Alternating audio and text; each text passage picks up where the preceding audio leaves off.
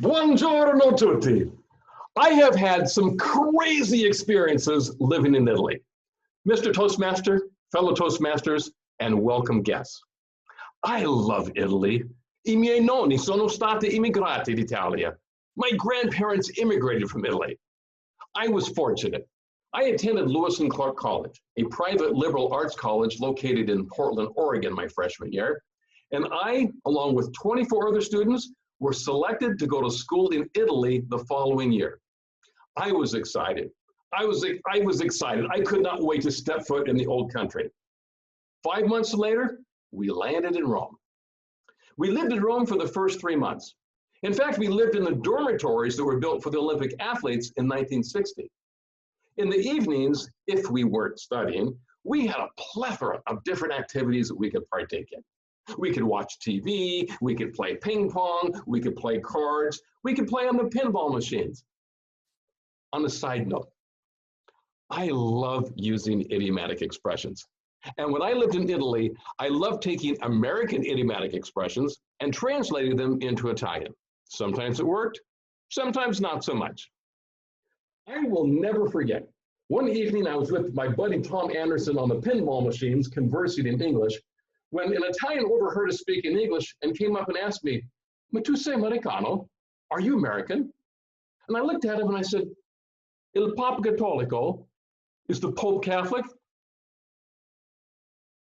He thought I had lost my marbles, that I was a couple of cards short from playing with a full deck, that out there somewhere, there was a village missing its idiot. He looked at me and said, "What does that have to do with anything?" So I explained to him what could be more obvious than the Pope being Catholic. And with a big grin on his face, he looked at me and said, "That is funny. I like that." He walks over to his buddy, cold turkey, "Is the Pope Catholic?" Crazy memories from Italy. I returned to Italy my senior year in college, and I attended the University of Perugia. It was a college for foreigners, whereby all the classes were taught in Italian. I learned very quickly there was a huge discrepancy in the teaching methods in Italy versus what I was accustomed to in the United States. In Italy, it is not at all unusual for the professors to use negative reinforcement as a means of getting the students to learn, like embarrassing the students and making them feel bad. Case in point, I took an Italian literature class from a professor by the name of Dr. Baldini. Not only was Dr. Baldini the principal of the entire school, Dr. Baldini was the most feared professor on campus. Every class, Dr. Baldini would choose one of the members of his class, have them come to the front of the class, and he would sit there and bombard them with questions about the lesson. Boom, boom, boom. Even if you knew the answers, a lot of times it didn't come up. I hated this degrading, condescending type of behavior. It almost made me feel like giving him a taste of his own medicine. He hadn't called on me all year long. The last day of school, he called my name. I felt like I had been punched in the gut. As I walked towards the front of the class, I felt nauseous. I was nervous. I knew he was going to throw me under the bus just like he had the other students. He looked at me and he said, "You've got 60 seconds. Tell us about yourself and your country." I said, "Sir, may I please use the chalkboard?" "Fine, let's go. Time is running out." I took a piece of chalk, and on the chalkboard, I drew an outline of the United States. I said, "This is the United States of America.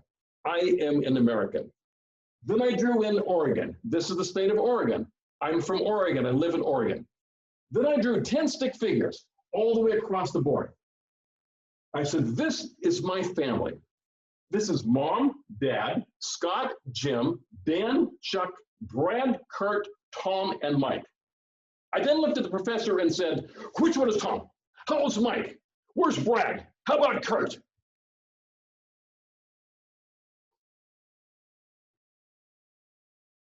I can honestly tell you, if looks could kill, I would not be here today to tell this story. Crazy memories from Italy. It was December the 8th, 1974. I, along with about 60,000 other people, mostly Italian, were gathered in St. Peter's Square, the Vatican, to see the Pope speak. It was the Immaculate Conception, a holy day celebrated by the Catholic Church. When it was time for the Pope to speak, the papal windows opened. However, the Pope did not appear. Instead, it was a cardinal. And the cardinal looked down on the crowd below and said, in a very somber voice, I have some very bad news. The Pope has had a heart attack. The Pope needs a heart transplant. We need to find a donor for the Pope. All of a sudden, all these Italians in unison, Pope, take him my heart. Pope, take him my heart. Take him my heart. Pope, take him my heart. I could not believe what I was seeing. This was the most surreal thing I'd ever experienced. The cardinal then pulled a feather from his cap. He held it out and he said, I'm going to drop this feather. Whomever this feather lands on will donate their heart and save the life of the Pope. He drops the feather, and the feather goes back and forth as it descends upon the people, back and forth, back and forth. The people, Pope, take him a heart, Pope, take him a heart, take him a heart, going back and forth, right before landing on one of the times, Pope, take him a heart, Pope, take him a Pope.